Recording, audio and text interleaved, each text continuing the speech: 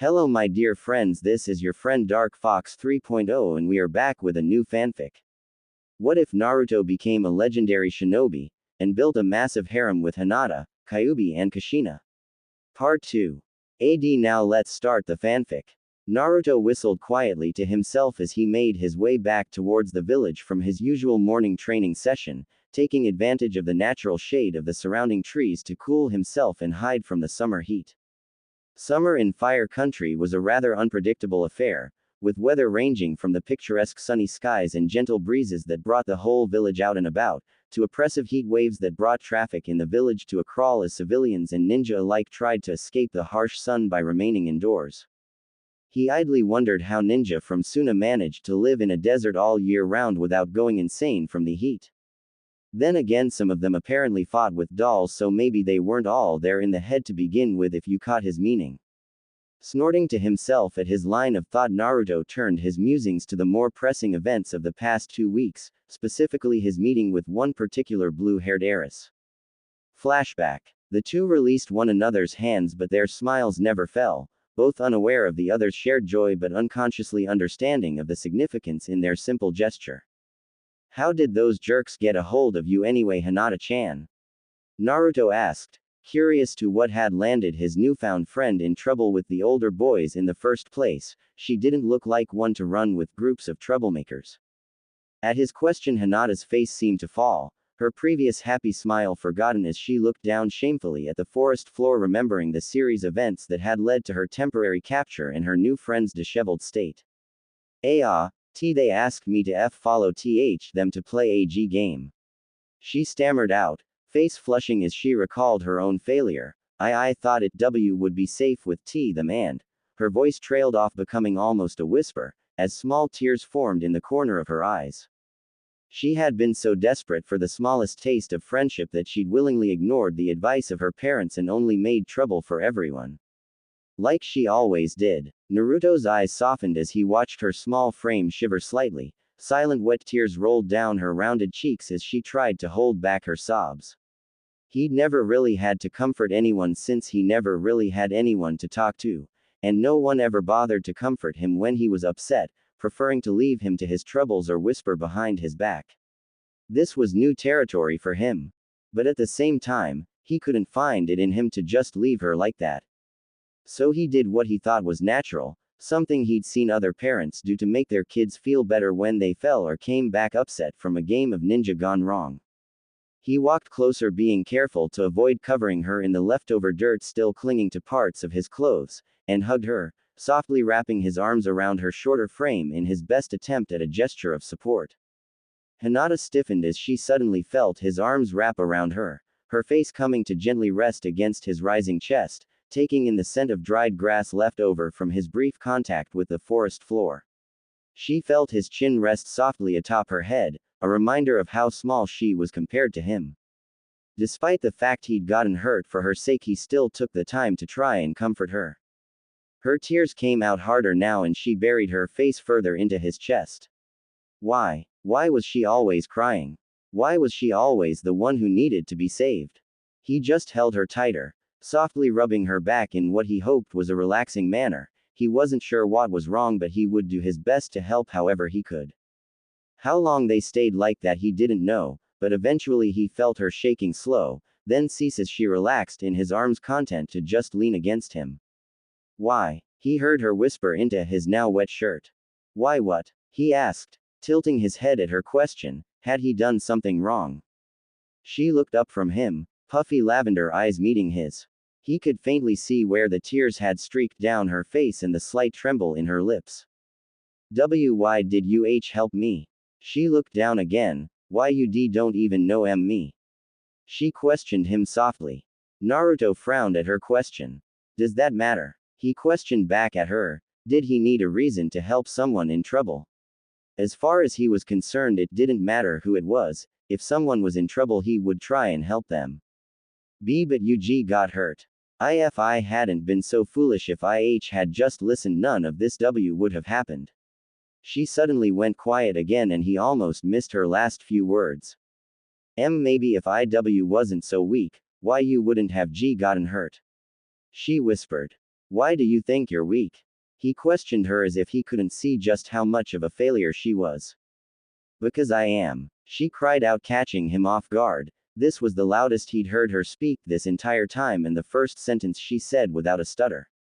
I only make things harder for everyone. She seemed to deflate in his arms. I can't even talk to people without stuttering. I'm just a coward, she finished sadly. Then work to be better. Naruto replied to her simply, as though it was the most obvious thing in the world. She looked back up to him, a small frown on her face. Did he think she hadn't tried to be better, to be stronger? She had tried her best, but her best just was not good enough. Seeing her frown, he gently pushed her off him and took her hand again to focus her attention on him, missing her slight blush as she seemed to realize she had been resting against him for most of their conversation. No one starts off strong. He started locking his eyes with hers. It takes hard work and determination to be strong, he said with a grin, squeezing her hand in his. But most importantly, you have to want to change. How can you get stronger if you don't believe in yourself? How can you expect others to respect you if you don't even have it in you to respect yourself? He exclaimed, not quite shouting but somewhere between a yell and a chant. She could see the conviction in his eyes. He truly believed what he said, as though he had lived through it himself. She looked at him with uncertainty. She wanted to be like him, to possess such boundless confidence, but that wasn't who she was. She didn't believe she could possess an inner fire like him. I don't think I can do that though. She stuttered. Naruto was not deterred in the slightest at her hesitation. If anything, he seemed to grow more emboldened, bringing her closer. You can do anything you want, Hinata-chan. As long as you want it bad enough and work hard enough, you can be anything you wanna be. He cheered her on, determined to convince her. Cammy. He sounded so sure. He gave nothing away that even hinted he didn't have total faith in her, that he was just talking to make her feel better about herself. How can you be so sure? She questioned. She desperately wanted to believe him, but he barely knew her. How could be so confident in her? Not even members of her family who she'd know her whole life had declared such faith in her, barring her mother. His grin lessened into a smaller, but somehow equally reassuring smile. Because we're friends, right? That's all I need to know to put my trust in you, he said without hesitation, his voice never once wavering. She stared in awe at him, the hammering feeling in her chest returning as she looked upon his gentle smile, as she drank in the pure honesty in his gaze, firm in their resolution but kind as he looked down upon her. She felt a slight pressure settle upon her, not a physical pressure, but a prodding of her character. A call to action that she'd never truly felt before, to take the first step, to finally prove herself. Her throat clenched. The words she wanted to say wouldn't come out, and she felt a heat rush through her, a spark of anger as her spirit fought desperately with her body to escape and assert itself. I want to be strong, she whispered, voice straining as she tried to convince herself, to show his faith in her wasn't misplaced. Then say it loud and proud, Hinata-chan. He jumped suddenly, dragging her by their still joined hands. Make a promise right here, right now, that you'll become stronger, that you won't shy away from anyone or anything. I will be stronger, she said, louder. He yelled. I will be street stronger, she said, voice raised, his own energy pushing her to match him. Who are you and what do you want? He asked once more, he trademark grin stretching his whiskered cheeks at the defiant spark he saw in her pale eyes. I am Hinata Hyuga, and I want to be strong, she roared in her loudest voice. It carried through the forest, echoing off into the distance. Her chest heaved at the effort, her throat burned slightly at the sudden strain, sending her into a fit of coughs. Despite the discomfort, she felt a sense of pride. She had never shouted before. It was unbecoming of an heiress and was frowned upon within the compound when not training. It felt good. She was broken from her thoughts by the sound of laughing. She refocused her eyes and saw Naruto sitting on the forest floor, legs crossed, body leaned back with hands and arms behind him supporting his weight.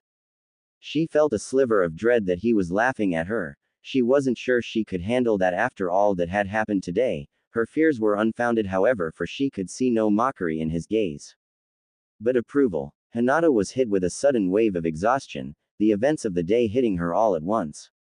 Her legs gave out, and in a manner not fitting of the Hyuga heiress, she hit the floor with the grace of a hammer. She couldn't care less at the moment. Falling onto her rear with a small squeak, she joined her new friend in laughter, her faint giggles underpinning his bellowing laughter as the two children laid tiredly in the grass laughing at nothing and everything in the way only children could. Neither of them could remember feeling this content in a long time. Flashback end. Naruto grinned happily at the memory. The two had spent about an hour in that clearing getting to know one another. Hinata shared tidbits about her life and things she liked, such as flowering, pressing, gardening, and even her favorite food, cinnamon buns. He remembered having to hold back a laugh at the glazed look in her eyes and the slight bit of drool he swore seeped out her mouth when she talked about the sweet treat. She had also told him about her clan. Having voiced questions about her unique eyes, she had explained to him the prized jewel of the Hyuga clan. The Byakugan, or all-seeing eye. She did not know everything about it, having not yet unlocked her own, but she had given him a brief overview of what it did. He had to admit it sounded pretty freaking cool, something he'd openly told her much to her embarrassment. Essentially, the Byakugan gave its user 360-degree vision, making it near impossible to sneak up on an aware and ready Hyuga. It also allowed the user to see far off into the distance with extreme clarity, making for excellent trackers. It explained why the Hyuga were so well respected within the village, their innate ability offering enhanced security and made any attempt at sneaking through the village undetected extremely difficult. The conversation had made him curious about the other clans found within the village. He knew a few of them by name, like the Akamichi, since they ran many of the restaurants located throughout the village and often branded their shops with their clan symbol. He did not know, however, if every clan possessed a unique ability like the Hyuga clan. This, of course, prompted him to once more visit the library to see if he could find any more information about the known clans within or associated with Konoha. Thankfully, the library had plenty of books detailing the various known clans found throughout the elemental nations. Unfortunately for him, though, the books did not go too in-depth on how the bloodlines worked, due to clans going to rigorous lengths to keep the inner workings of their abilities a secret to avoid enemies learning how to counter them. Even with only brief explanations, Naruto couldn't help to feel slight jealousy towards children born within clans as he read through some of the more interesting and unique abilities. The power to copy any jutsu or trap someone in an illusion with just a passing glance seemed completely unfair. That had also brought him to another revelation. His first friend was from a well-known clan and she didn't tell him. Flashback. Amagi-chan, you're part of the Nara clan. The young blonde cried, running up to her with an open book in hand. She stared at him with a deadpan look from behind her desk before leaning over and pressing her finger to his nose, causing him to stumble back as his eyes suddenly crossed, disorienting him. I did tell you, Naruto-kun, when we first met, remember? She said pointedly, reminding him of their early introductions. Naruto rubbed the back of his sheepishly. She had a point. She had introduced herself during their first meeting, but he hadn't been aware of the significance of her family name at the time, and so he'd thought nothing of it. Ah, sorry. But that's so cool, he gushed. From what the book had told him, members of the Nara clan were well known for their intelligence and their ability to manipulate shadows. So freaking badass. Amagi-chan, can you do cool stuff with your shadow too? He asked excitedly at the idea of his friend making creatures out of shadows, or maybe traveling through shadows super stealthy like.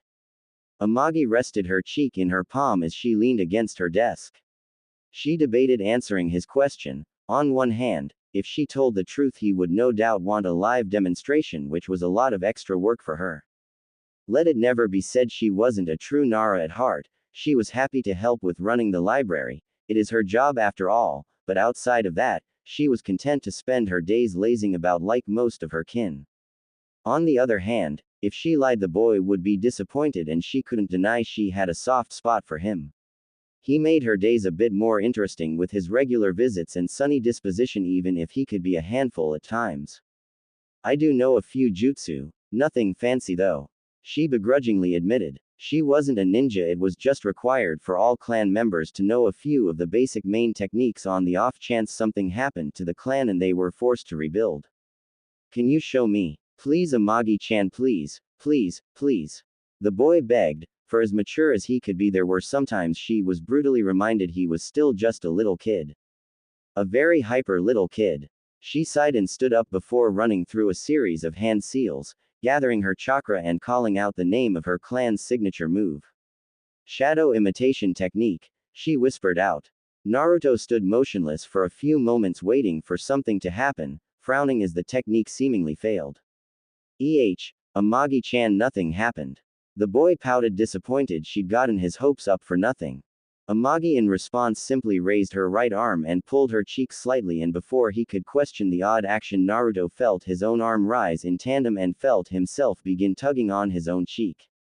I wouldn't be so sure about that, Naruto-kun. She said, a hint of mirth in her voice. Let me help you understand, she said, lowering her head to look at the floor, and Naruto's body followed along, looking down at his feet. Naruto quickly noticed his own shadow seemed to be unnaturally connected to Amagi's shadow, creating something resembling a shadowed tether between the two of them. His eyes were filled with confusion as he was forced to look straight ahead once more. Do you understand now, Naruto-kun? Amagi asked. The Nara clan isn't the most flashy of Konoha's larger clans, we prefer a more subtle approach to handling problems. She spoke, releasing her hold on his shadow and sitting back down, taking note of his scrunched up face. He was adorable when he was utterly lost. The most basic technique of the Nara clan, the shadow imitation technique, allows the caster to force the target to mimic the actions of the user for as long as the technique could be held. She informed him. There was more to the move, but that knowledge was for clan members only, and as much as she liked the boy, she had a duty to keep some information on a need-to-know basis. He sadly didn't fall into that category. She immediately regretted her limited demonstration as she was suddenly buried under an onslaught of questions about how the technique worked, how long she could hold, how many targets could she hold, and so on. She should have lied. Troublesome brat. Flashback end. Amagi had answered as many questions as she could without giving too much away that would go against the rules of her clan. He didn't like it, but he understood and was grateful she had at least been able to answer some of the questions even when she didn't really have to. He now knew most of the major clans in the village and had a pretty good idea of their bloodlines and clan traits. The Aburame, Akamaiki, Hyuga, Inuzuka, Kurama, Nara, Sarutobi, Yamanaka, Senju, and Uchiha clans were the major players in the village. Each bringing different talents to the village, ranging from front-line fighters like the Uchiha and Sarutobi clans to trackers like the Inuzuka and Hyuga clan. It had taken him a while to remember them all, and the book had mentioned there were smaller minor clans scattered throughout the village as well that lacked either the numbers or skills to be elevated to a higher status. Part of him was still a bit bitter about the idea of some kids being born with access to really cool abilities while he was stuck with nothing, but he buried those feelings. There was no use being upset about things he couldn't have. A reality he had gotten used to a long time ago. Regardless, he didn't let his lack of any innate hack abilities discourage him. Heck, if anything, the knowledge only pushed him to work harder. Now that he knew others had an innate head start, he refused to let himself fall behind. With that thought in mind, Naruto picked up the pace and sped off towards the village. He had so much more to do. Naruto sighed to himself anxiously as he reorganized his mountain of training notes and scrolls, filing them away as his thoughts wandered once more to the source of his newfound anxiety. His first day at the Ninja Academy was tomorrow. 2 years had crawled by and he was finally 7 years old. Old enough to enter and begin his 5-year journey to become an official shinobi of Konoha. A lot had happened in the past 2 years, he reflected. He'd grown quite a bit now, standing at about an even 4 feet tall, average for his age and a far cry from how short he had been before. Who would have known only eating ramen wouldn't exactly help him grow? That hadn't been the only change. His hair now reached about shoulder length and still maintained its wild spiked appearance. He had tried once before to straighten his hair, but that didn't turn out very well and he decided to leave it alone, occasionally trimming it when it got too long, but otherwise, he let it be.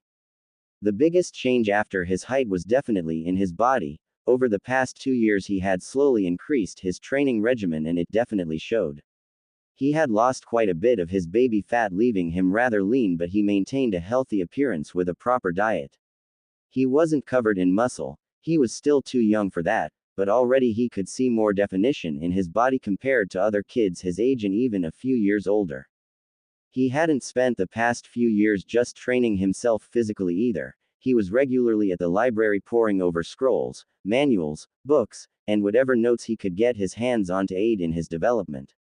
It also helped that he was close friends with the head librarian who would occasionally grant him supervised access to higher-level material, giving him a head start in his studies for when he finally joined academy. Speaking of friendships, that was one area where his progress had been somewhat mixed. Despite being extremely active the past few years, he hadn't actually met many new people due to his focus on training and his slightly reclusive nature. He had, however, deepened his relationships with the few people he did interact with, those mainly being the Ikiraku family, Hinata, and Amagi. The Ichirakus had been concerned at his dwindling presence at their stand and had questioned his whereabouts and health, fearing the boy was ill or even worse, depressed.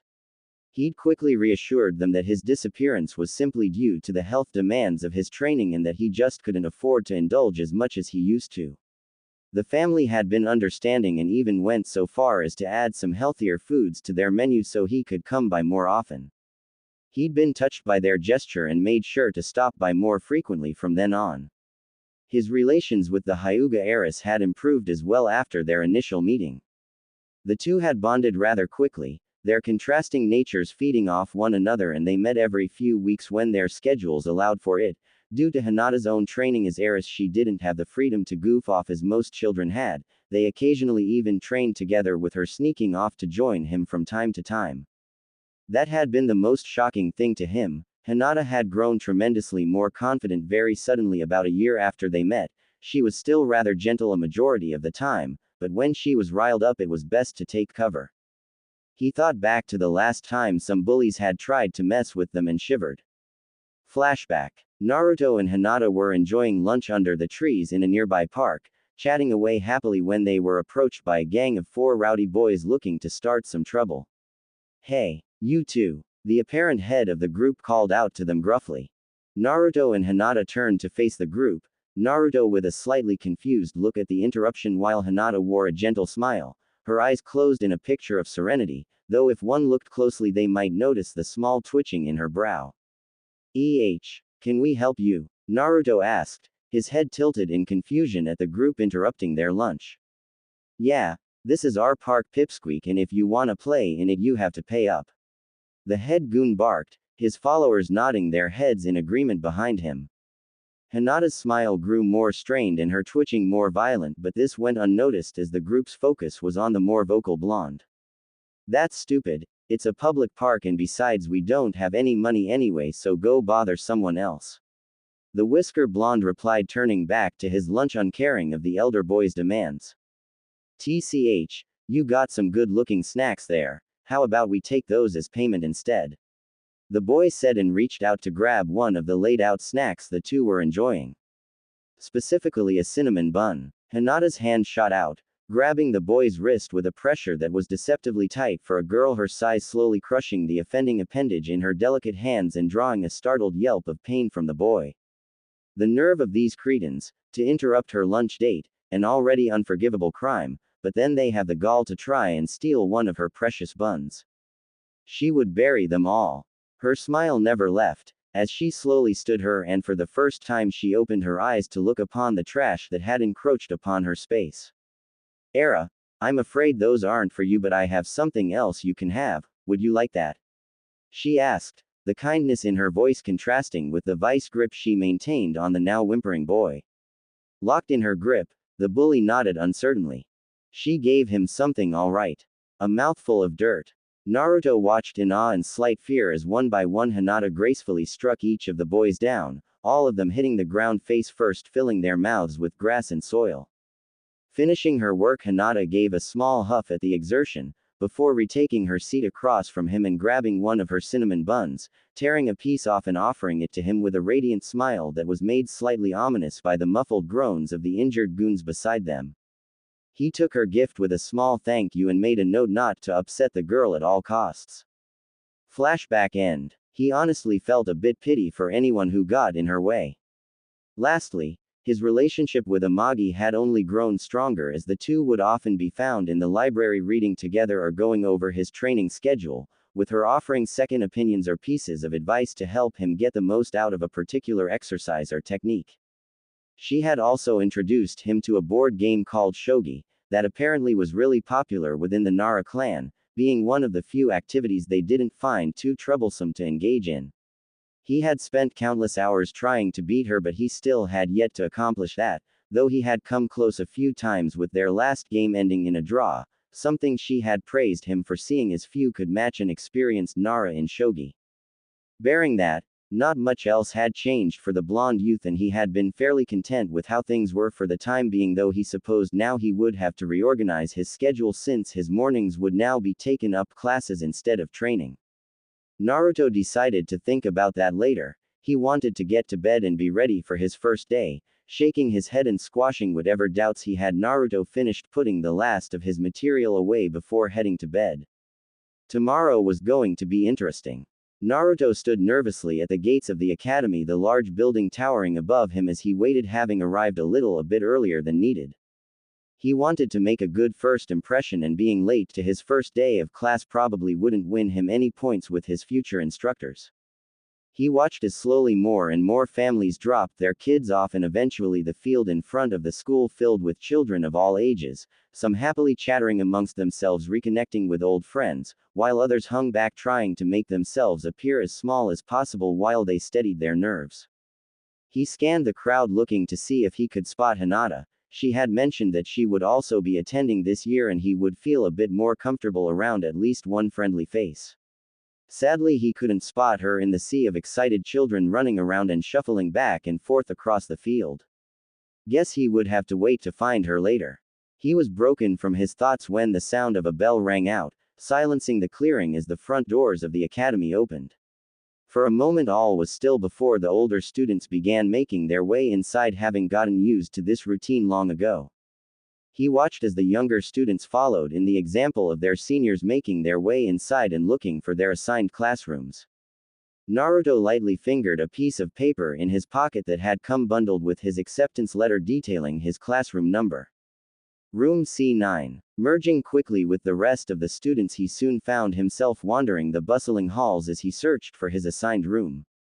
C6, C7, C8, C9. He trailed off, standing in front of the sliding wooden door marking the entrance to his new classroom. He could hear a few hushed voices from within the room, so he clearly wasn't the first to arrive, but it didn't sound like he had arrived too late either. Taking a deep breath to calm his nerves, he slid the door open, taking care not to make too much noise as he did so. He wasn't looking to attract too much attention if he was wrong about being on time. He stepped inside and was greeted to a mostly empty classroom. A few nondescript students were sat sporadically throughout the room, probably too uncomfortable to engage with one another just yet. The room was set up in an elevated style with long rows of seats that got progressively higher and higher. This probably allowed the instructors to keep an eye on everyone without the need to walk up and down rows of students. He decided to sit in an empty middle row, close enough to the board that he could see clearly, but far enough back he wouldn't be directly in front of the instructor. He still wasn't sure how his sensei would react to him, and the last thing he needed was to situate himself directly in front of them if he discovered they had a similar attitude to the majority of the village. Better to play it safe and go for a middle ground approach. Seeing as the class was still empty, Naruto decided he would do a little light reading while the rest of his classmates made their way inside. It would help him unwind a bit, which was a bonus. He quietly lost himself in his reading for about 5 or so minutes before he felt someone lightly poking at his whiskers. Only 2 people knew him well enough to touch him so casually, so unless Amagi started working as a teacher, that only left one culprit. "Hina-chan, stop playing with my whiskers," he whined, but his smile indicated he was not at all upset with her actions. She giggled softly at his tone. He always complained when she touched his whiskers, but never once moved to stop her. Sometimes he would space out and lean into her hand for a few moments before snapping out of it and pulling away before pouting at her. I'm sorry, but I can't help myself." She laughed, setting herself down to his right. "Besides, everyone is almost here, and if I left you to read any more, you'd probably miss the entire class." She finished gesturing around her to prove her point. He blinked and looked up from his book, she was right, the classroom was now almost completely full, with the last few stragglers having arrived and finding themselves any leftover seats they could. He really needed to work on his awareness if a bunch of kids could walk in without him noticing. Before he could comment, however, he heard the classroom door open once more and watched as a man dressed in casual chunin attire made his way to the center of the room before turning to address them all. He was somewhat plain, Naruto admitted to himself. He wore a standard chunin flak jacket with a blue undershirt and blue shinobi pants. Around his head, a Konoha headband sat proudly, declaring his allegiance to the village. His hair was done up in a spiked ponytail and he had a large scar running across his nose. "Good morning, everyone," he spoke, breaking Naruto from his observations as he listened into what the man had to say. "My name is Yumino Iruka, and I will be your instructor for the next few years starting today. You may address me as Yumino-sensei or Iruka-sensei, whichever feels most comfortable to you," he said. It seemed this guy was a bit more relaxed than he had initially expected, not that he had any problems with that. The man continued. "Before we begin today's instruction, I will be taking attendance. Please stand up when you hear your name, and feel free to correct me if I mispronounce it. You will be with me for the foreseeable future, so better to get any confusion out of the way early," he finished. Naruto grinned to himself at this. He hadn't really had the chance to inspect his new classmates, so this would be a good chance to make note of any special students. Iruka began calling students, and for the most part, Naruto found his earlier excitement dwindling a bit. So far no one had really caught his attention. It seemed like his classmates, well, all painful average, coming from civilian families, excluding Hinata. He perked up when he heard the next name called, however. Aburame Shino. A short hooded boy stood slowly up from his seat in the far corner. Very little could be seen of his face. The large hooded jacket he wore covered almost all of his hair, though Naruto could see a few strands of black hair falling out from under it. The boy wore dark black sunglasses masking his eye color. He couldn't get a good read on him and he resolved to approach the mysterious boy in the future. Akamichi Choji. He looked behind him and saw a rather portly boy stand up and give a small wave. A merry if somewhat nervous smile spread across his face.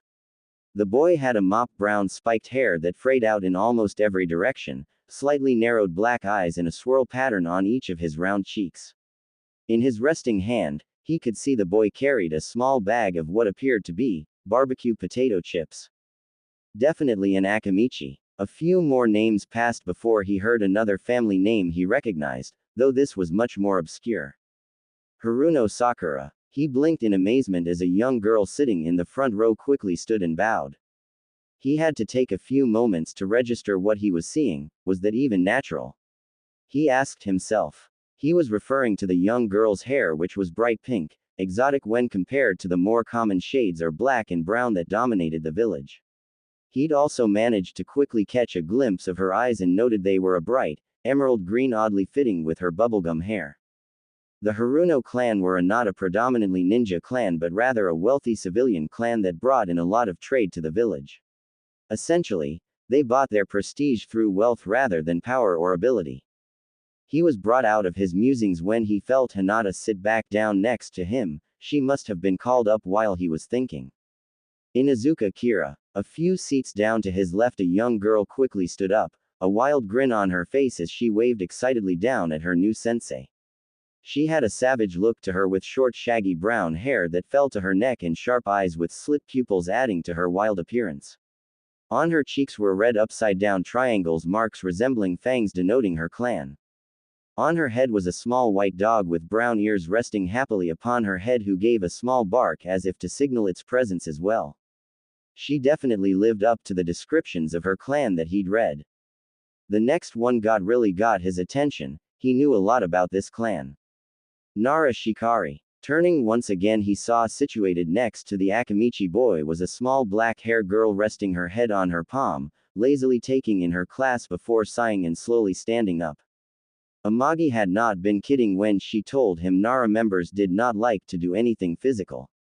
He studied her closely, looking for similarities between her and his friend, and noted she possessed the same black hair and eyes that Amagi herself had thought. This girl kept her hair in a spiked ponytail similar to their sensei, and her eyes were a lot sharper, giving her what seemed like an almost perpetual frown. She seemed to notice his gaze and mouthed something quietly to herself before sitting back down and resting her cheek against her palm, once again closing her eyes and seemingly nodding off. Uchiha Satsuki. Goody. A pair of god eyes were in his class. Naruto was still fully convinced the Sharingan was a total hack ability. Congrats on spending a week learning a jutsu. Let me just quickly look at you do it once and make it my own real fast. Yes. He was bitter, so sue him.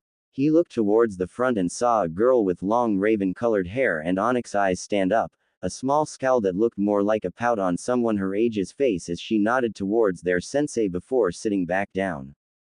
He had an odd feeling deep down that he wasn't going to like that girl very much, but decided to at least be civil. It wouldn't be fair of him to judge without at least getting to know her.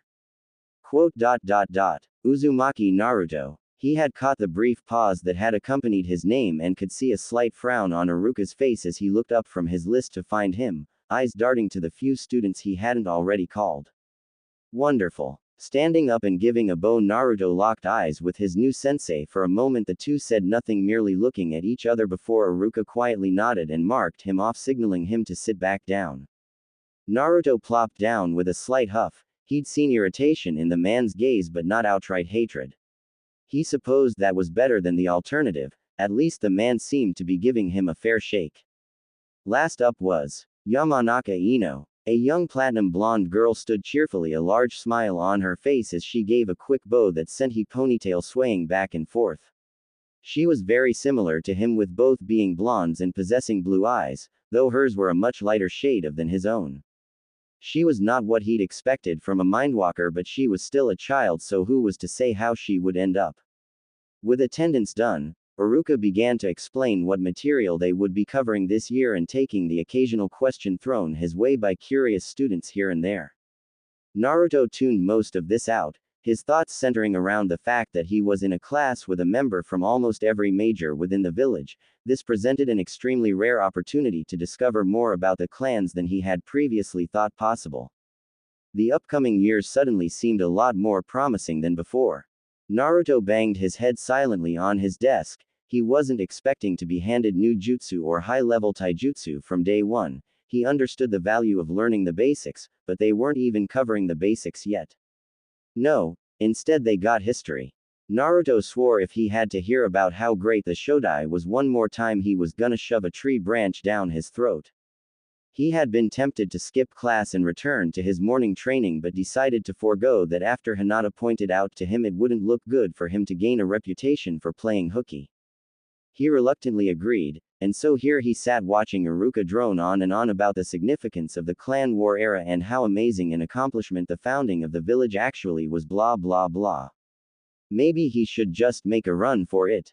Before Naruto could put his plan into action, Iruka clapped loudly, gathering the class's attention and waking those who had fallen asleep during his lecture.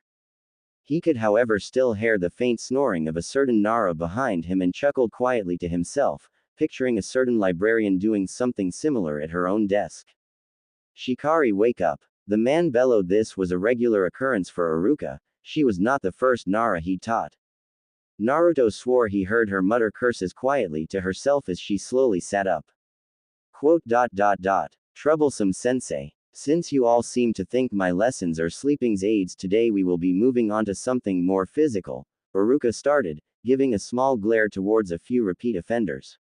I am going to have you all paired up for supervised spars to gauge where you are stand both skill-wise and physically. Please make your way out to the training yards. He finished and briskly made his way out to set up the practice rings. Naruto couldn't help but smirk a bit at the thought of finally doing something practical. Sure, he didn't completely hate history, but he had long since learned a lot of what they were covering years ago, with Amagi's guidance making class somewhat of a chore. Sparring, however, was something he was definitely into. He had only ever sparred with Hinata on a few occasions, and even then the two were somewhat reluctant to actually harm one another, so they were more mock spars than anything really. Here though, under the supervision of trained instructors and strangers as his opponents, he could afford to cut loose a bit more. He quickly made his way outside with the rest of his class and they formed a single file line, right in front of the training field awaiting further instruction. Looking up and down the line, he could see some of his peers were clearly more excited than others to finally get their hands dirty, taking note of the but excited smirk of their resident Uchiha and the fanged grin spread across the Inuzuka's face. Meanwhile, the chubby Akamichi seemed downright terrified at the prospect of hurting anyone, nervously munching away at his chips as he waited anxiously. Iruka arrived a few moments later and stood in front of them, quietly taking in their varied expression, perhaps judging how best to approach this next step in their journey. As I said before, these matches will just test to see where you are all at individually, so I have a better idea of what to work on with you all. He started, hoping to reassure students that they were not going to be penalized for performing poorly here. I know some of you will have been taught small bits of your clan's preferred fighting styles, while others may not have any style at all, or even fought before. That's okay, just do your best for the moment. He finished before holding up a sheet of paper. For this exercise, I will be picking your opponents to try and keep things somewhat fair, but in future, you will occasionally be allowed to pick your preferred opponents.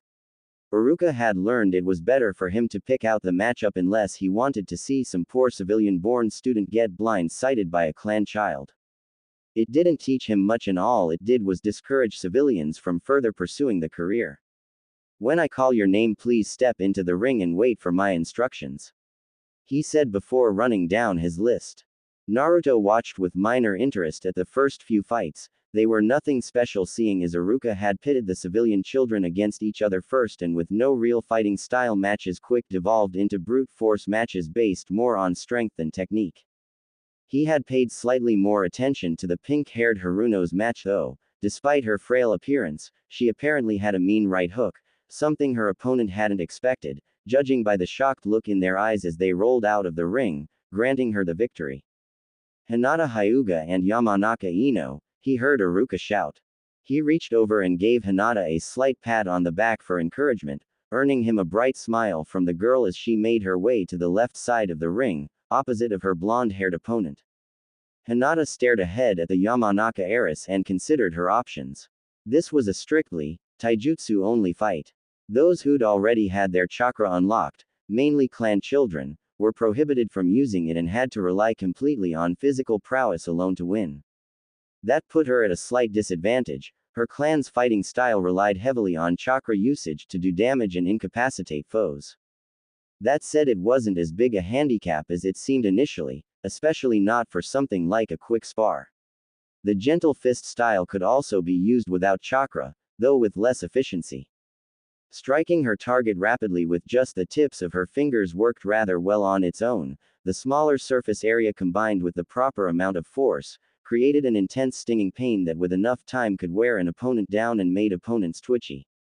Giving her signature gentle smile, Hinata bowed to her opponent and waited for the signal to begin, watching as the young blonde across from her fell into her own stance. Begin, Iruka shouted. She gave her opponent little time to collect herself.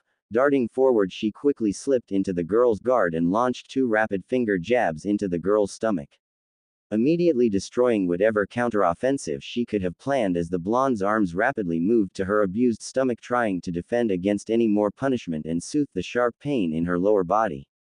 That was a mistake on her part. Hinata quickly sent an open palm crashing right into the girl's chin, pushing the blonde backward and shattering her balance as without her arms available to help steady her, she quickly stumbled back, unable to handle the unexpected onslaught. Seeing the girl backpedal to the edge of the ring, she quick launched her smaller frame into the girl's torso shoulder first to maximize her force and watched as the young Yamanaka was sent flying out of the ring, landing solidly on her back. Winner, Hinata Hyuga. Her smile never left her face as she walked back over to Naruto, quickly brought her into a one-armed hug, congratulating her on her quick and flawless victory. She thanked Kami, his eyes always closed when he grinned. She didn't want him to see the slight flush of red gracing her cheeks at the contact. A few more fights had gone by. Shikari and Choji had been paired together, although that proved a poor choice when they somehow both managed to get thrown out of the ring at the same time. He would be willing to bet money that it wasn't an accident either. Shino had been paired against Satsuki, and that had proved somewhat disappointing as well. While the Aburame boy was able to briefly keep pace with her aggressive, the clear divide in their specialties proved itself when she finally managed to wear him down and swiftly pummeled him, forcing Iruka to call the match before any real damage could be done. He noted the frustrated frown on the Uchiha's face as she walked back into line. It seems she wasn't satisfied with her match. Last match, Kira Inuzuka and Naruto Uzumaki. He heard an excited yell come from the feral-looking girl as she bounded to her place on the practice field, practically shaking in anticipation. It seemed like he was going to have a real fight on his hands. He felt Hinata poke his cheek softly, her way of wishing him luck, a habit she'd picked up after he would pull hers when she stuttered or didn't say what she actually meant. He sent her a play pout before making his way to the field and taking his place across from his eager foe. Naruto quickly went over everything he knew about the Inuzuka clan, looking for anything that would offer him an edge in his fight. They were excellent trackers, possessing heightened senses of taste, touch, sight, hearing, and especially smell. They were also frontline fighters, savage in combat, tearing through anything in their path with fangs and claws, not to mention brave to an almost unreasonable degree, which made intimidation near impossible. He was reminded of a quote he'd heard somewhere before about the tenacity of even the smallest Inuzuka. It's not the size of the dog in the fight, it's the size of the fight in the dogfight. Staring into the eager slit eyes of his opponent, he couldn't help but notice a lot of fighting spirit in there. He did, however, recall one piece of information he'd managed to find in an old worn-out text from someone who had fought with and against members from the clan that might help him. Younger and more inexperienced clan members tended to have a slight tunnel vision, focusing heavily on more telegraphed attacks but had trouble properly defending against misdirection and feints. He didn't know how true that was, but he would keep it in mind. Begin. Hearing the starting signal, Naruto decided to allow the feral girl to come to him and start on the defense. He knew that without a proper style he was at a disadvantage, but hopefully his conditioning would allow him to tank some hit and react quickly enough to her offensive. She wasted no time, falling upon him like a rabid dog, lashing out with a heavy punch, hoping to blitz him with her higher than average speed. He caught her fist and quickly sent his own returning punch into her surprised face, causing her to step back slightly, but not deterred in the slightest. Did she look more excited? She was on him once again, and he was forced to dodge a barrage of punches and swipes, grunting in discomfort as a few of her swings managed to land or clip him as he weaved through and around strikes. He could take punishment, but not forever. He decided to go for something rather risky. Seeing an incoming punch, he grabbed her fist once again, baiting her. Predicting he was going for another punch, the Inuzuka launched her free arm first, intending to repay him for his earlier counter. He caught the two, leaving them deadlocked in the center of the ring, neither able to make a move. Or at least that's what she thought. Quickly pulling her forward, Naruto brought his forehead harshly into contact with hers in a savage headbutt that left her seeing stars for a moment. She wasn't the only one. Naruto stumbled slightly, releasing her arms as he did his best to shake off the ringing in his ears. He needed to press his advantage. Rounding on the still equally dazed girl, he went on the offensive, his aim. Put her down fast and put her down hard. Kira, still reeling from the unexpected attack, was unprepared for the fist that crashed into her cheek, neither was she prepared for the one to her stomach, or her arms, or her chest. She was too stunned to react as the blows rained down upon her. She couldn't even face her attacker. Every attempt was met with another strike to the face and only increased the pounding in her head, weakening her further. She felt her legs get swept out from under her, sending her body crashing into the hard ground and a weight land roughly upon her still reeling stomach. Her arms were forced above her head and pinned tightly. She felt the blows stop and took a moment to finally gather herself and look up at her whiskered opponent.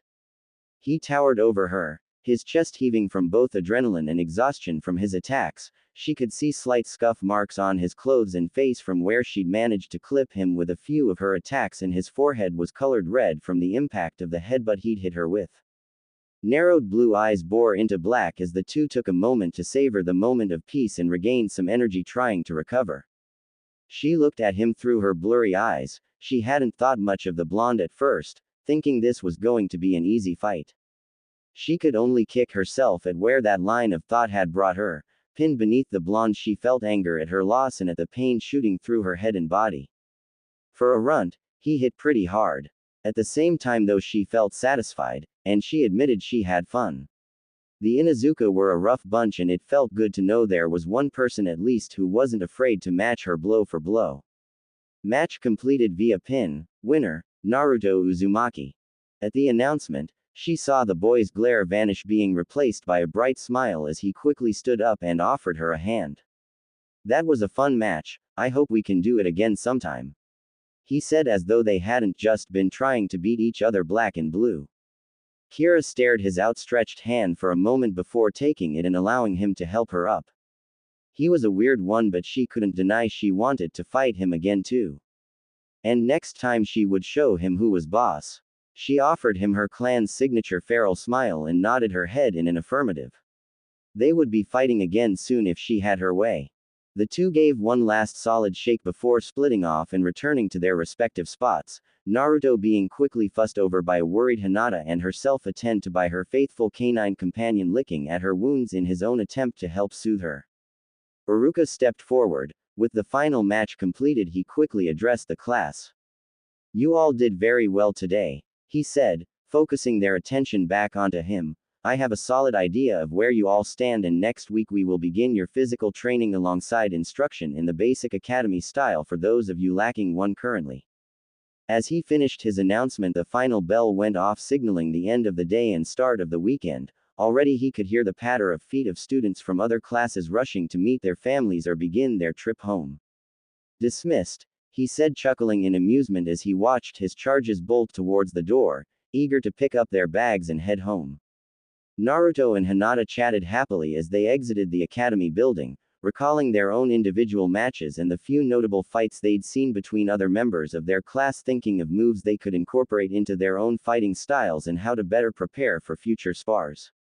They were interrupted, however, by a familiar voice calling out to them, or more specifically Naruto. "Hey, Blondie!" A gruff but distinctly feminine voice yelled out. The two turned around and found themselves face to face with none other than Kira Inuzuka. She was panting a little as she slowed her stride to stand in front of them. Naruto, always the first to open his mouth, responded cheerfully to his new sparring partner. "Hi, Kira, what's up?" he asked, not at all intimidated by her appearance. Actually, now that he was paying attention, he noticed she was actually a few inches taller than him, standing at about 4'3". Add that to her more feral appearance and it wasn't surprising that some of their classmates were afraid of her. Despite being the one to seek them out, Kira suddenly seemed a bit embarrassed, offering a sheepish grin, her sharp canines peeking out from her lip. Well, I wanted to say thanks, ya know. For the fight, I mean," she said, quickly clarifying. "I don't really get to go all out like that often, so I was kinda hoping." She trailed off a bit, a hint of red on her cheeks. Why was this so difficult? No one noticed Hinata's smile growing slightly more strained as she watched the interaction. "Yeah," Naruto questioned, tilting his head in confusion. Well, I was kinda hoping we could hang out and do it again sometime soon, you know, if that's cool with you, I mean," she asked, trying to keep her composure at her rather unorthodox request. Who asked someone to be their friend just to fight them? Naruto thought about it for a moment. Kira was strong and she seemed friendly enough. "Sure, I'd be happy to, and I'm sure Hinata would like to join us, right, Hina-chan?" he said simply, a small smile on his face as nodded. "Ah, of course, it would be my honor," said the brunette, reining in her twitching. She would have joined them regardless. She had to watch for any vultures. Kira nodded and gave a toothy smile, relief spreading through her that he hadn't denied her request. "Hee. Cool, I have to go, my sister is back there waiting for me, but I'll see you guys Monday," she said, waving as she sprinted off to the other side of the field and out of sight, leaving the two to watch on in silence as she disappeared. "I think that went well," the blonde said, spinning on his heel and walking off towards his earlier destination. Hinata could only give a small laugh at her friend's rather easygoing response before quickly making her way to him, falling into step at his side as they resumed their prior conversation. Just another day in the Hidden Leaf Village. 95, 96, 97, 98, 99.100. A young voice counted out slowly, the strain in their voice indicating some form of heavy physical activity. Naruto lay sprawled out in the center of his old training field, his chest rapidly rising and falling as he tried to regulate his breathing, and banish the familiar burning sensation in his arms that accompanied his physical. He still hated push-ups with a burning passion. Taking a few minutes to rest, Naruto took a moment to review the past 6 months since he joined the academy. Being totally honest, he had barely noticed the time go by at all. He was always busy either attending class, training, or reading, and it was rather easy to lose track of time. Not to say he hadn't accomplished anything in that time, far from it. In fact, he had perhaps taken the 2 most important steps forward towards his goal within the past few months. The first being he had finally found a taijutsu style that fit him. True to his word, Iruka had followed up their impromptu sparring matches with both an evaluation of their standing and advice on where to improve. He had received high marks for speed and power, but his lack of proper technique forced him to make unnecessary and high-risk maneuvers. Iruka cited his headbutt that, while effective, still left him vulnerable and relied too heavily on his ability to recover faster than his opponents to be useful. He had been slightly upset at the critique, seeing as he had won his match, but had to admit if his opponent had been a more experienced fighter he probably would not have gotten so lucky. That knowledge had made him anxious to see if maybe any of the academy styles would help refine his fighting, seeing as there were 3 variations of it to help accommodate for different types of students. The Iron Oak style for more defensive-oriented students who could take a hit and allowed the user to punish openings left by attackers. The Winding Willow style for speedy students who preferred waiting to evade attacks and retaliating with quick strikes, while weaving in and out of an opponent's guard. Lastly, the Burning Pine style was an all-out aggression style for those who wanted nothing more than overwhelm their opponents with a flurry of attacks, never giving them the chance to counter. His results with the 3 had been mixed, however. He had been able to incorporate some moves from each into his brawler, boxer-like style, giving it a bit more finesse than he'd had before. However, none of the styles truly felt right to him in their full forms, with the Willow style coming closest, but it was too passive for his taste, leaving him somewhat out of luck. So, he decided to do what he always did when he ran into a roadblock. Go to the library. Contrary to popular belief, one did not actually have to be a shinobi to gain access to certain areas of the shinobi section of the library. Information on things like chakra control, taijutsu techniques, and jutsu theory was all readily available to the public. The village wasn't going to hamper its citizens who wanted to learn to defend themselves or civilian children who didn't have ninja relatives to fall back on by keeping everything locked and hidden away. The only requirements to get into the shinobi section without being a registered ninja were to submit a form to gain a pass, which was more so for security than anything, or be a student attending the shinobi academy. He had heavily abused that newfound knowledge to spend hours going over scrolls and various texts trying to find a proper style for himself. Within a week he had what he had been looking for.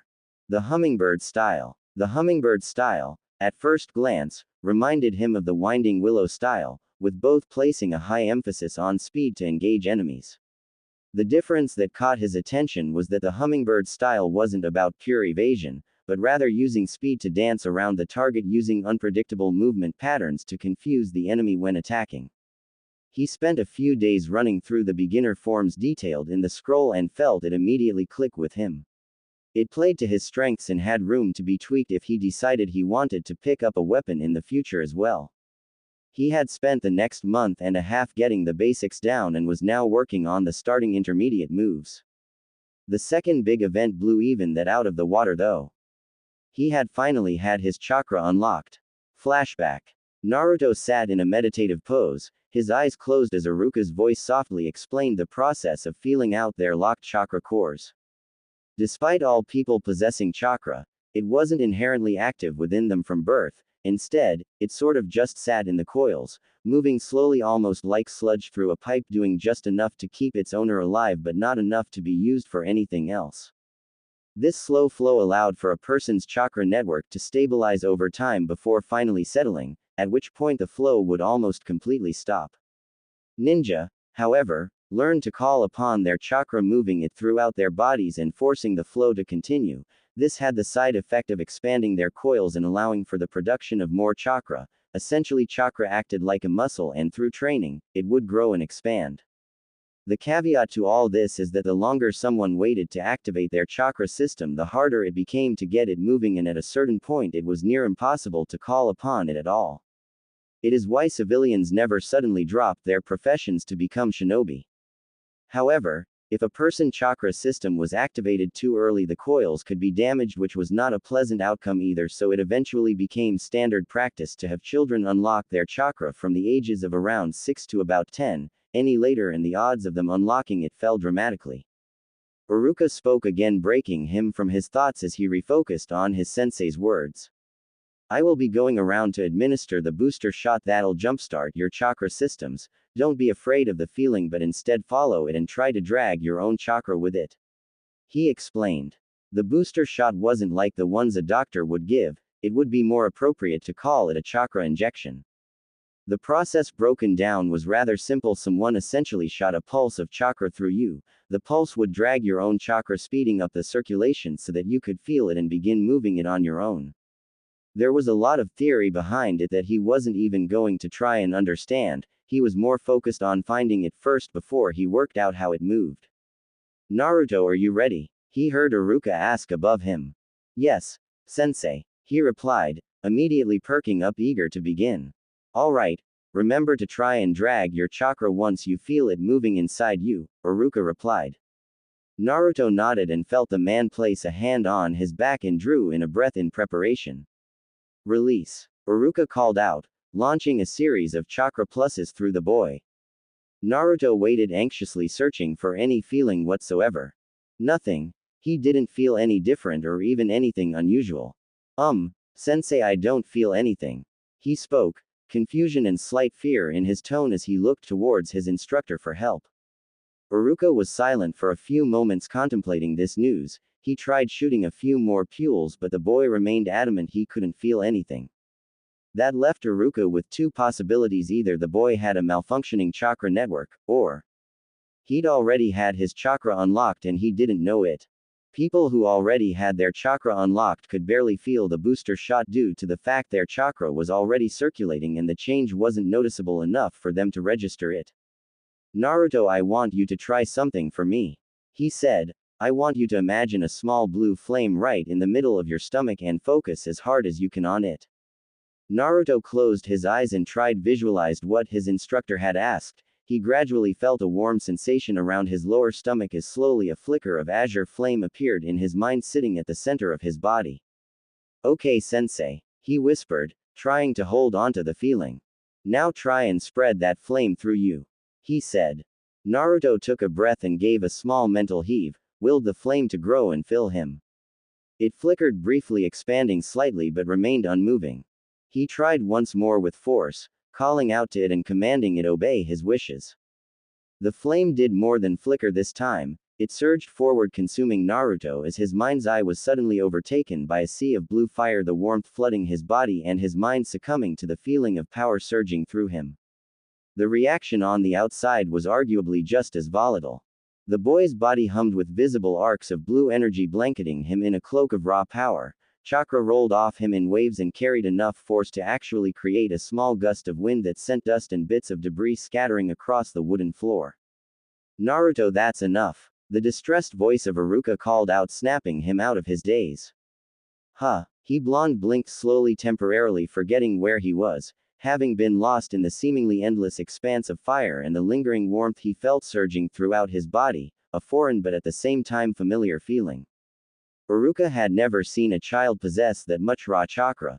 The boy easily had almost as much, if not more, than he himself possessed, and he wasn't even half his age. Immediately Iruka's thoughts drew him to perhaps the most obvious conclusion. This wasn't just any ordinary boy, but the container to the beast that had almost flattened the entire village. Iruka took a few moments to compose himself. He had resolved to give the boy a chance, and it wouldn't do to start letting fear influence him. Unless the boy gave him something to worry about, he would be impartial. It seems like you'd already unlocked your chakra, Naruto, you just had to draw it out. He told the boy. Naruto's face scrunched up in confusion. How would his chakra system already be active? As far as he knew, no one had started it for him. Seeing the lost look, Iruka was quick to guess the troubled youth's thoughts and offered his own suggestion. It's possible for a person's chakra system to be activated while they are under heavy stress. Perhaps at one point or another you unintentionally managed to start yours without help. He offered. Naruto frowned slightly at the explanation. Something about it still didn't seem to fit in his mind. Barring a few close calls with drunken villagers, he couldn't recall anything that would fit that criteria. It seemed like another question in a long list of concerns he had about his life. For now, he would move his focus once again to what he could work with, specifically his newly acquired access to chakra. Flashback end. He had been ecstatic at the knowledge that he possessed such a large pool and wanted to start trying out jutsu right away. The idea of bending the elements to his will being almost too much to resist. He quickly found out, however, that he wouldn't gain access to the ninjutsu section of the library until his third year of the academy. Amagi had told him it was done to prevent civilians from getting a hold of dangerous techniques then dropping the program. It was assumed by the third year you were probably going to finish and become a ninja after all the physical and mental investment.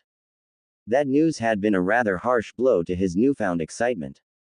He had, however, been able to work on his chakra control instead. Seeing that he had absolutely massive reserves, Iruka had helpfully advised him to begin the leaf balancing exercises, which entailed sticking leaves to his body with just his chakra.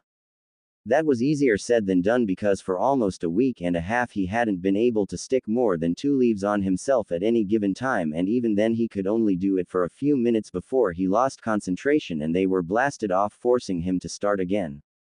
He took some small solace in the knowledge that at the very least he'd gotten an early start before his reserves had gotten too big to manage.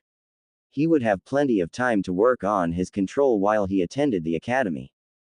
After months of hard work, he could now do the exercise with up to about 10 leaves without too much trouble, though he was still working to improve that. He'd even changed his training around to include chakra control exercises during his breaks just to make sure he didn't neglect it. His social life had also improved somewhat during this time as well. He stuck to his word and invited Kira to train with him and Hinata, which had proved interesting to say the least. Kira in a way rounded out their little group with her brash attitude and excitable personality that managed to bring even the ever-gentle Hinata out of her shell. Granted, it was usually in a violent manner through teasing and jostling the smaller girl until she snapped and attacked the Inuzuka. Kira took it in stride though and was always more than happy to spar with the Hyuga heiress, and he could tell that despite herself, Hinata enjoyed having someone to just let loose on from time to time. His relationship with her was a lot more straightforward. She had flat out admitted she just enjoyed fighting with him. Unlike Hinata's more graceful approach, the rougher way he fought was a lot closer to her own family style, and apparently that made him the perfect candidate to perfect her own style with. He had to admit she kept him on his toes. Spacing out in the middle of their spars had landed him with a good few cuts from her sharpened nails on more than one occasion.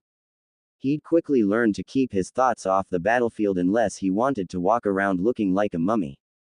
His relations with the rest of his classmates were somewhat mixed, being either fairly positive or really negative. He'd become close with the heirs of the Aburame, Nara, and Akamichi clans and was often seen with one or more of them during lunch or recess. He was not as close as he was with, say, Hinata or even Kira, but he was confident that with time they would grow closer. On the other hand, he was not at all popular with the Haruno and Yamanaka heirs.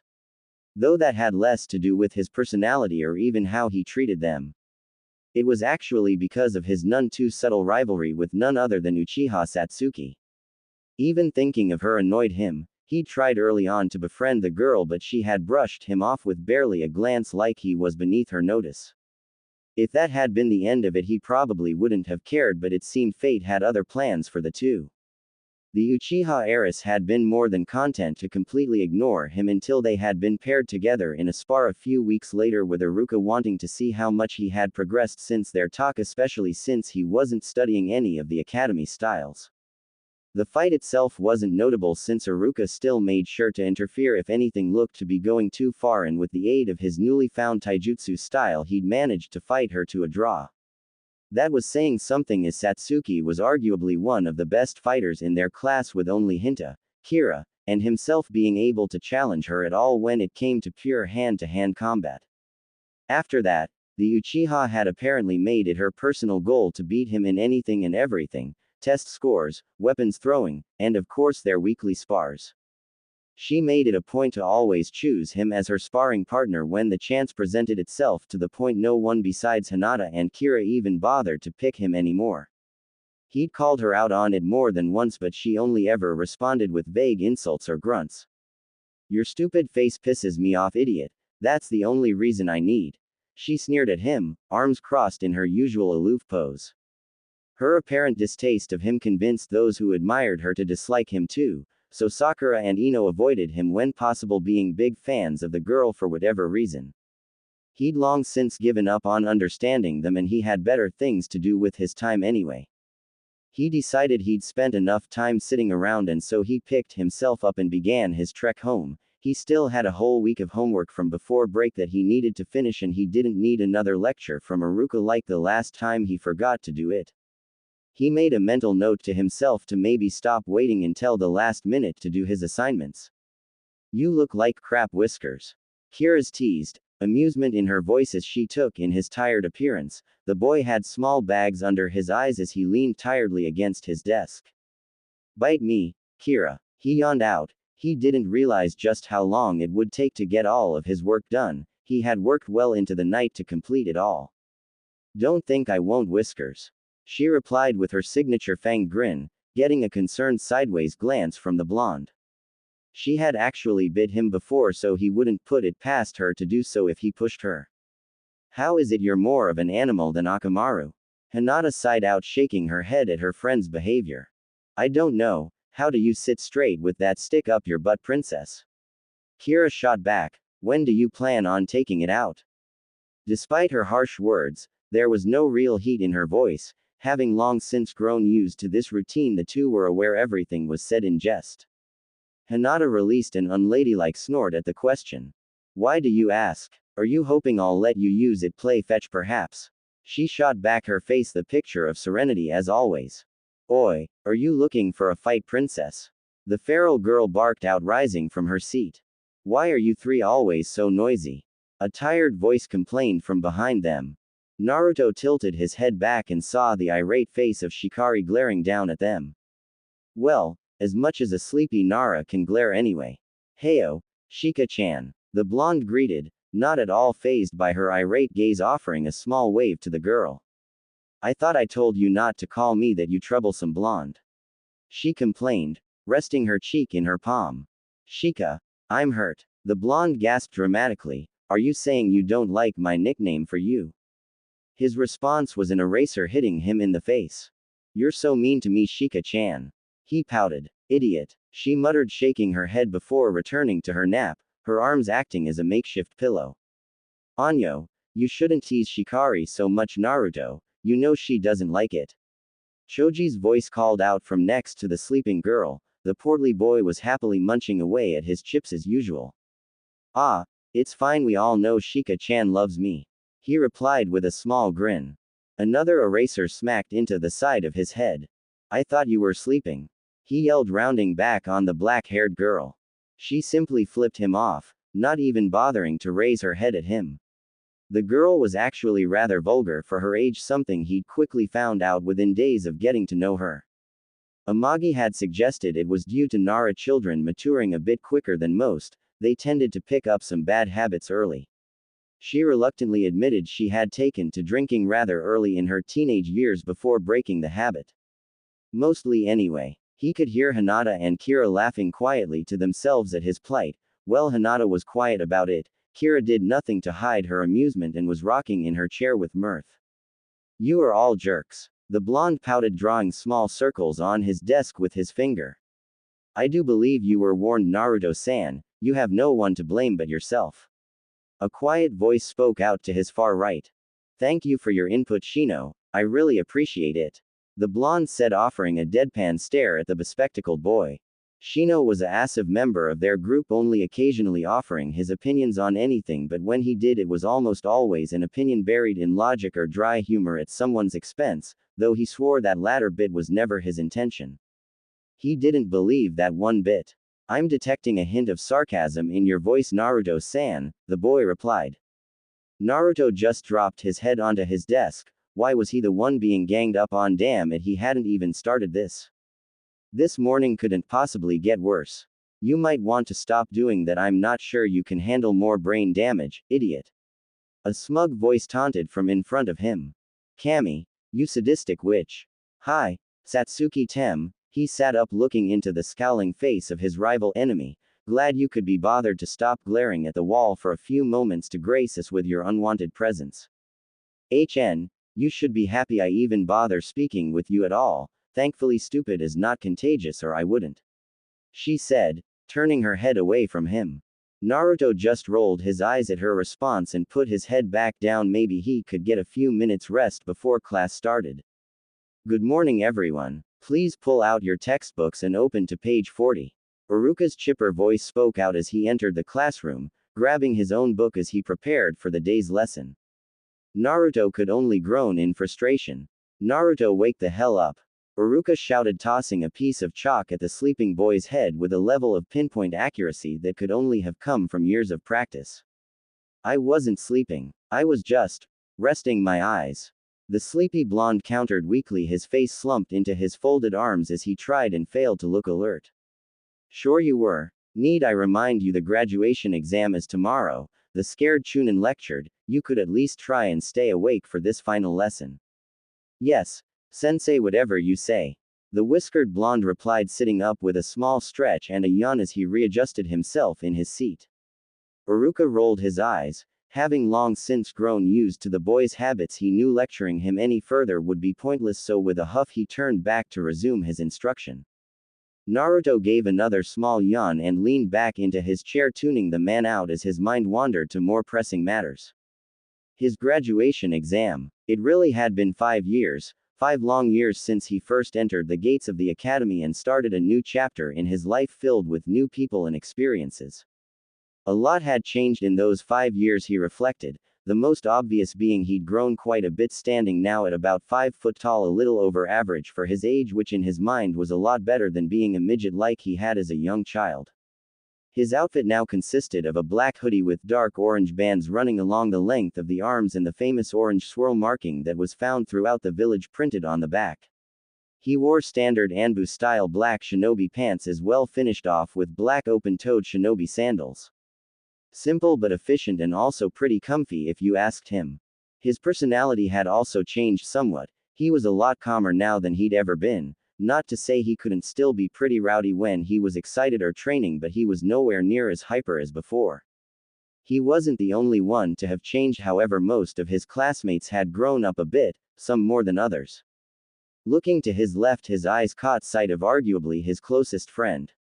Hinata. Hinata hadn't changed much personality-wise. She still maintained her kind and gentle demeanor as she had in their youth, even earning the nickname, the Pale Saint, due to her eye color and patient disposition, garnering the admiration of both teachers and students alike. Of course, those who knew her personally were very much aware that when provoked, the young heiress was actually downright terrifying, much more demon than a saint. Hinata now stood at about 4'8", just a little bit shorter than him, and now wore a white kimono-like shirt decorated with the Hyuga clan symbol on her shoulders, and light pink flower petals ran up and down the sleeves. For pants, she went with standard issue dark blue shinobi pants and blue sandals to finish off her outfit. To his right was his second closest friend, Kira Inuzuka. Kira hadn't changed all that much. She had managed to calm down a little bit, but overall was the same rough and tumble kind of girl she had been as a child. She still loved to fight and was always down for a challenge, often badgering the older students for fights as well. Much to Uruka's annoyance, he might add. Overall though, she was also pretty fun to just hang out with as well, and the two would wander around outside the village and just talk about whatever was going on in their lives. Granted, those talks usually ended up with them competing in some fashion, but it was the intent that mattered. Kira was still taller than him, much to his annoyance and her unending satisfaction, standing at a proud 5'2", which she often liked to lord over him, often resting herself against him in a display of what she called alpha dominance. This of course often led to even more childish fights between them. Kira, like himself, went for rather simple attire, wearing a gray furred hooded jacket with black pants and sandals. She wasn't big on clothing, and since she often got dirty anyway, she saw no reason to spend lots of time worrying about what she was wearing. Next to her sat Shino. The two weren't super close. The Aburame tendency to keep their distances from others was strong in him, but they got along well enough, and occasionally the two would have little chats about insects, since he would sometimes spot interesting looking critters during his training and bring them to the boy's attention. An odd friendship, sure, but they made it work just fine. Shino hadn't changed much in appearance other than in height, standing at the same height as himself at an even 5 foot tall. He had ditched his hooded coat a few years back and instead wore a high-collared trench coat that hid the bottom of his face but reveals his hair and eyes. Well, not his eyes so much as his glasses that he refused to take off no matter how much Naruto had begged. One day he'll see under those shades. Moving on and tilting his head back, Naruto looked above him and caught sight of none other than Choji Akamichi. Choji had changed quite a bit from his youth, having grown more confident in himself after their friend group had solidified and he realized they weren't going to mock his weight. He was still a gentle soul, but he was more than capable of taking care of himself now, something that was well known throughout the academy after he'd flattened a few older boys who had called him a fatty. The F word was now strictly forbidden in any conversation involving the boy. The two of them got along well. He'd taken the boy to Ichiraku's shortly after they met, and immediately the portly Akamichi had made the ramen stand a frequent stop when he went out to eat. The two of them would regularly have ramen eating contests, with their current score being 15-14 in his favor. Choji stood at a slightly average 4'10" and was well built, so to speak. He wore a green, short-sleeved haori with a long, white scarf over a light green shirt, and he also wore black shorts and bandages around his legs and forearms. Next to him sat their resident genius, Shikari Nara. Shikari, like Kira, hadn't changed much, probably because it would be too troublesome in her opinion to do so. She, like most Nara clan members, enjoyed spending her days doing as little as humanly possible and often tried to weasel out of their group hangouts to spend the day resting or cloud watching. To the surprise of almost everyone, the two actually got along very well despite being near complete opposites in regards to personality. Where he was talkative, hyper, and friendly, she was quiet, lazy, and could be rather rude when dealing with people. To their credit, it had only been due to his knowledge of the Nara clan's love of shogi that the girl had even given him a chance. He'd challenged her to a game after she blew off his previous attempts at friendship, and the two had spent nearly an hour playing a single match before she'd finally beaten him. She'd been impressed and invited him to play again the following day. Now the two played often, sometimes betting small favors or snacks in little wager matches. She also had a habit of teasing him, similar to her library-bound relative, much to his horror and embarrassment. Shikari stood at a little over 4'8", though she always complained that her ponytail should count to make her taller. She joined him and Kira in the Simple Clothes Club, wearing a short-sleeved gray jacket with green-edged sleeves with her clan symbol on its back and a mesh undershirt with bandage wrapping underneath. Turning his attention back to the front of the class, he turned to face the twin fangirls of the academy. First up was Sakura. The pink-haired Haruno had remained fairly consistent over the years. She had grown more confident, but that may have mostly been because of her rivalry with the Yamanaka heiress. Sakura measured out at 4'8" and was garbed in a red kippou dress with short sleeves and with slits along the sides and white circular designs towards the bottom. Under she wore a pair tight dark green bike shorts and blue sandals. She wasn't awful, she was just loud, and as Kira described her, was about as weak as a starving newborn pup. The girl was book smart but didn't apply herself much, coasting by on high test scores rather than putting any real effort to train, sadly. Following her up with Ino Yamanaka. Ino was slightly better, the two having briefly interacted since she was close with Shikari and Choji, but they weren't really friends. The girl was a true gossip at heart, and despite being only a little stronger than Sakura due to her clan techniques, she was rather adept at getting a hold of information. He'd chalked it up to clan talent since the Yamanaka clan specialized in information gathering. Ino, similar to Shika and Sakura, stood at an even 4'8" and wore a purple outfit consisting of a high-collared blouse and matching apron skirt along with bandages around her stomach and legs. She was considered one of the prettiest girls in the academy, something she took way too much pride in if you asked him. Lastly, His gaze turned to a brooding figure sitting at the end of the bottom room gazing darkly out of a nearby window. Satsuki Uchiha. Of everyone in their class she had probably changed the most, not that he could fully blame her of course. It was hard to imagine someone not changing after having their entire family killed, by their own brother no less. The Uchiha massacre had taken place late into their second year of the academy and shook the village to its core. One of the founding members of the village being almost completely eradicated barring its sole survivor and the clan's executioner caused quite a stir in the village populace. More importantly, it had deeply affected the raven-haired girl and not for the better. Before the incident, the two had come to understand one another a bit better and while they would never admit it, both of them had too much pride to do so, they had come to view the other as friends and not just rivals. Satsuki was never the most open person to begin with, generally only letting her guard down when they were alone training did she seem to relax. Now though she was closed off, distant to everyone including him. She would still spar with him but their bouts held a ferocity that wasn't there previously, she took her losses harder and harshly declined his invitations to join their little group. Satsuki stood just a few inches shorter than him at 4'9" and wore a plain navy blue shirt with the Uchiha fan crest on the back. On her arms were a pair of white armbands that ran the length of her forearms. She wore a pair of white shorts and standard blue sandals. They weren't really on speaking terms nowadays but he held out some small hope that maybe she'd come around one day since she didn't cut him out completely like she had her other acquaintances. That was a small positive at least, right? He was broken out of his thoughts by the now familiar sensation of someone lightly brushing their hand against his whisker marks. Seems like he had spaced out again as Aruka was no longer talking and was instead making his way out of the classroom. You know you could just tap my shoulder Hina-chan. He pointed out. He was not a cat, damn it, he was almost a full-fledged ninja. You don't pet ninja. But then I wouldn't get the chance to hear that little purr you do. She replied, a teasing smile on her face as she started packing away her supplies, ignoring his flushed face. Oi, I don't purr, that's slander. He barked out. There was no way he purred, he was a man and men don't purr. You totally do purr, blondie. Shikari's sleepy voice pointed out, an amused grin situated on her face at his look of sheer betrayal. That's what you get for being so troublesome. You guys suck. He huffed. I swear I'm gonna go buy a face mask, then we'll see who purrs. Kira gave him a light push, barking with laughter. It'll still be you, Whiskers. Hinata offered him a gentle pat on the shoulder, her lithe form shaking as she tried to suppress her own laughter. Ah, I'm sorry Naruto-kun, if it makes you feel better I think it's rather cute, she said while hiding her mouth behind her sleeve.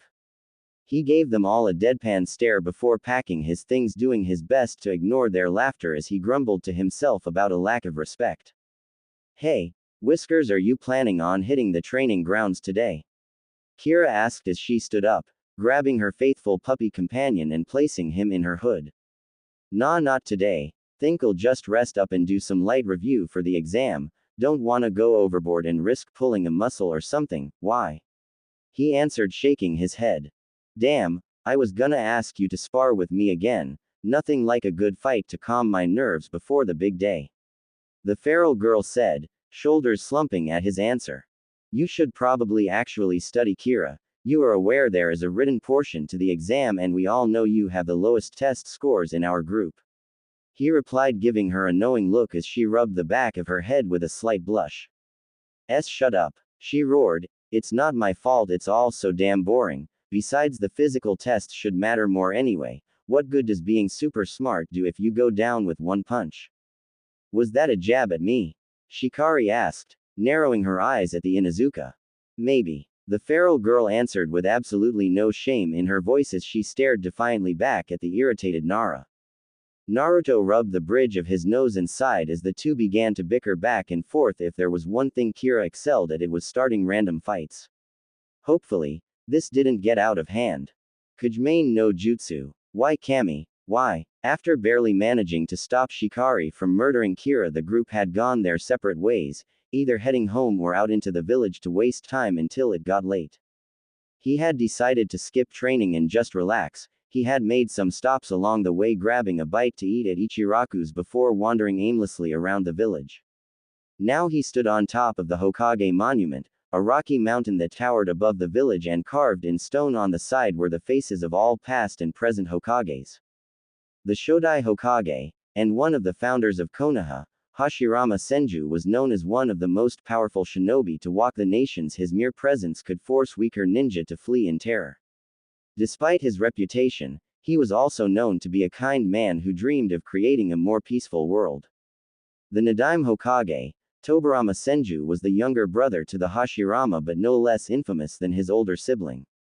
The man had a mastery of water-style jutsu that put Kiri Shinobi to shame. It was rumored that Shinobi from Kiri sought him out on the battlefield for that reason. He was a stricter man than his brother but was brilliant both off and on the battlefield. The Sandaime Hokage, Sarutobi Hiruzen, was the current and acting Kage, having retaken the position after the Kyuubi incident and the untimely death of his successor. Like the Nadaime before him, the third was well known for his intelligence, earning the title Professor, for his knowledge as well as mastery and understanding of almost all ninja arts. It was actually not commonly known that in his prime he was actually considered the strongest Hokage, beating out both the first and second. The last and most recent was none other than the Yondaime Hokage, Minato Namikaze. The fourth was almost deified within the village, and not without good reason either. The man had almost single-handedly ended the Third Great Shinobi War and managed to defeat the Kyuubi on his own. He was also the youngest person to be appointed Hokage, which spoke volumes of his skill and ability. Sitting upon the stone heads of the village's greatest heroes, he couldn't help but feel so small in comparison, and it wasn't just the obvious size difference between him and the massive stone faces either. Each of these men had shaped the face of the elemental nations in some way, and yet here he was claiming that one day he'd be stronger than even them, shinobi who were without questions the greatest of their time. If he was honest with himself when he read through all their achievements, their trials, and their victories, he couldn't help but feel inadequate. He wasn't a prodigy, he didn't have any special bloodlines, he didn't come from a well-respected or powerful clan, he was just another face in a crowd, but yet he dared to stand in front of them and proclaim that he would surpass them. There was a fine line between confidence and arrogance, and sometimes he wasn't sure where he fell on that line. He looked out from his seat upon the fourth's head and saw the lights of the village, a beacon in the night, as the shopkeepers began to close their stores and the remaining children ran home with stories of their daily adventures. He allowed a soft smile to grace his face as he watched the village from above. The people may have been jerks, that much he wouldn't deny, but, all the same, he still truly loved his home no matter its faults. There was nothing quite like it. He wondered if that's what drove them, the desire to protect their home, to defend whatever the village had meant to them. "I swear I'll surpass all of you, and I promise that I'll keep them safe," he whispered to the stone carvings. Naruto swiftly got up and dusted off his pants. He really should get home before it got too late. He had a test tomorrow after all. He gave one last look out towards the orange glow of the village lights before making his way down, his resolve strengthened. Hiruzen sat tiredly in his chair as he pored over piles of seemingly endless paperwork. Various mission briefings, fund requests, trade disputes, and treaties littered his workspace, all demanding his attention. He often considered why he'd accepted the Kage position in the first place. Then again, declining the final wish of his sensei would have been dishonorable to the man, an insult to the faith he had placed in him, but he could do with just a little less paperwork. He leaned back in his chair, taking a brief moment for himself, allowing his aching hands to rest, and turned his chair outward towards the village. He lamented that in his youth he never truly took the time to admire his home. He was always running about, either training with Tobarama or out on missions, that he rarely got to just look at the village and take it all in. That had changed after his appointment, and he had quickly discovered why the Hokage Tower was built to overlook the village. It was a reminder of what he and every shinobi and kunoichi fought to protect, what they risked their health, their sanity, and their lives every day to keep safe. It was humbling and terrifying even now to think every choice he made could either maintain their fragile peace or plunge them all back into the fires of war. Hiruzen was a man of peace, but he knew he had more blood on his hands than every ninja in his command. The village was his family, and every day he sent his family to die far from home in the name of protecting it. Few truly understood just what it really meant to be a Kage. To be a Kage was to sacrifice all of oneself in service to their home at any cost. And there was always a cost. He turned to his left and grabbed another file, the Academy records detailing the upcoming list of potential ninja candidates. He scanned through them, making mental notes on interesting or unique profiles before stopping on an image of a familiar blonde. Naruto Uzumaki. His heart ached at the sight of the boy. Kami, how long had it been since he'd last seen him? He wouldn't be surprised if the lad hardly remembered him after all this time. He felt shame at his lack of involvement in the boy's life, he just never seemed to have the time for him. The Kyuubi attack had almost decimated the village, they had lost their Kage, the man who had single-handedly crippled Iwa and forced Kumo to surrender. The recent Uchiha massacre had only further weakened the village, and it took all he had to maintain an image of strength to prevent their rivals from trying to capitalize on their weakness. He hated to say it, but there were more pressing matters than one orphaned child, even if that child was the hidden son of one of their greatest heroes. The problem was that it wasn't just he who had left the boy. Hirswen was not ignorant of the general populace's distaste for the lad. His decree that none shall speak of the boy's status as the container was probably all that held them from shouting it from the rooftops. As much as he wished otherwise, he couldn't change how the village felt. For all his skill and power, it was beyond him to control their thoughts, and so the boy suffered not physically, but the aged man had no doubts the boy carried mental scars, wounds harder to heal than any cut or gash. Once again he sighed for what felt like the 100th time and returned the file. Tomorrow a fresh crop of genin would make their way out into the cruel world. He could only hope they proved strong enough to survive the oncoming challenges. Naruto sat anxiously in his seat as he watched his fellow students get called one by one into the examination room and returning minutes later, either proudly displaying their newly acquired headbands or heads shamefully hung, signaling a less than stellar outcome. Already Shino, Choji, Sakura, Hinata, Kira, and Shikari had been called up, each returned with their headbands wrapped somewhere on their bodies. Shino, Kira, and Choji had gone for the traditional headband style, though Choji had added his own unique touch, turning his into a sort of cap with two openings for his hair at the top. Hinata decided to wear hers around her neck, Shikari preferred to wrap it around her arm, and Sakura wore hers like a hairband. Satsuki Uchiha. He watched as the brooding girl made her way into the examination room, completely ignoring her cheering fans wishing her luck. Naruto, you shouldn't stress yourself so much, you'll ruin your appetite, Choji said to his friend as he watched the blonde tap nervously on his desk. Yeah, Whiskers, you're like the top student here tied with little Miss Emo, what do you have to worry about? Kira added, shaking her head at the boy's behavior. I can't help it, I'm just nervous. I don't want all my work to be for nothing, you know. He replied, his gaze locked onto the exam room door. Troublesome blonde, as if you could actually fail with your insane training. Shikari scoffed as she leaned back into her chair. Now quit your twitching, I can't sleep with you shaking the table. Naruto was going to respond but was cut off by the sound of his name being called.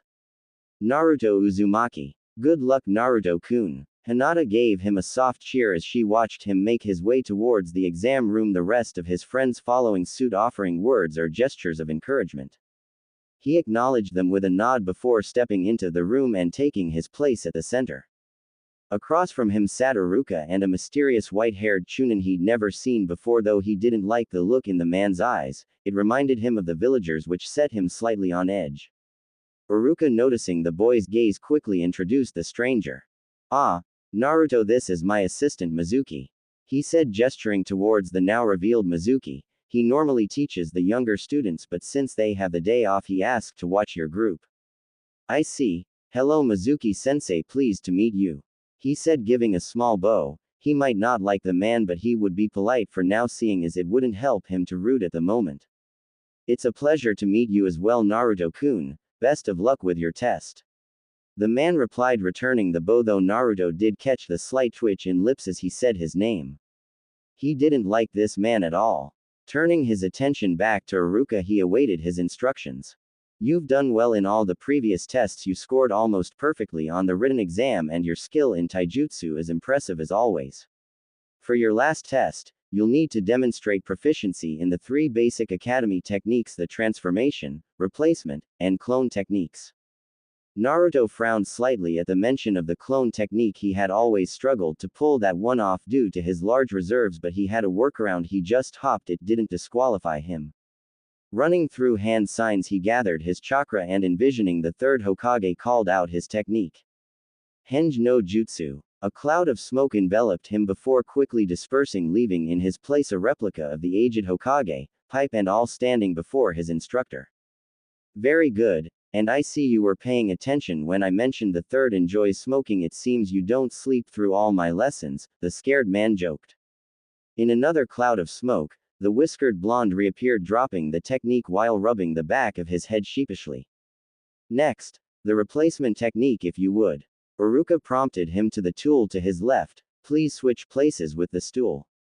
Naruto nodded and once again ran through the proper seals before calling out the second jutsu.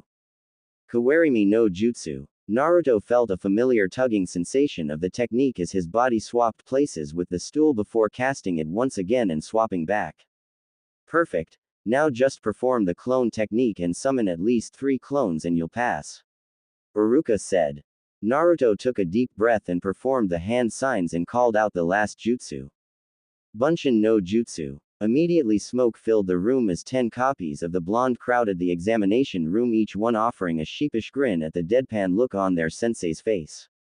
Were 10 clones necessary, Naruto? The scar-faced man questioned, waving the remaining smoke out of his face. Sorry sensei, I have too much chakra to make less than that, but I promise I'm still working on my chakra control. He explained, and it was true, he practiced daily. It was the only reason he could make them at all. Well, there are no rules about overachieving, so congratulations Naruto, it is my honor to present you with your official Konoha forehead protector. Iruka smiled at his student and handed him a standard blue headband. May you wear it with pride. Naruto accepted the item with a large grin and bowed to his sensei in thanks. Congratulations Naruto-kun, I wish you luck in your shinobi career. Mizuki added, offering a kind smile to the whiskered boy. Naruto offered the man a small thank you and a smaller bow before making his way out of the testing room while wrapping the symbol of his village around his left arm. Iruka had gone on to give them a small speech saying how proud he was of them and how he looked forward to hearing of their future achievements as adults and fellow ninja of Konoha. It was a pretty heartfelt moment, and he had to admit he would miss the academy a little bit, but he was more excited to finally begin his life as a fully fledged shinobi. Iruka also told them to meet back there tomorrow for team assignments, where they would learn who they would be forming squads with and meeting their assigned Junin instructors. He idly wondered who he would be paired up with. He hoped he got at least one of his friends. That would be nice. Naruto-kun. A voice called out to him, interrupting his thoughts and causing him to turn around to see who was calling him. Mizuki-sensei. What did you need? He asked, watching the white-haired Chunin make his way up to him.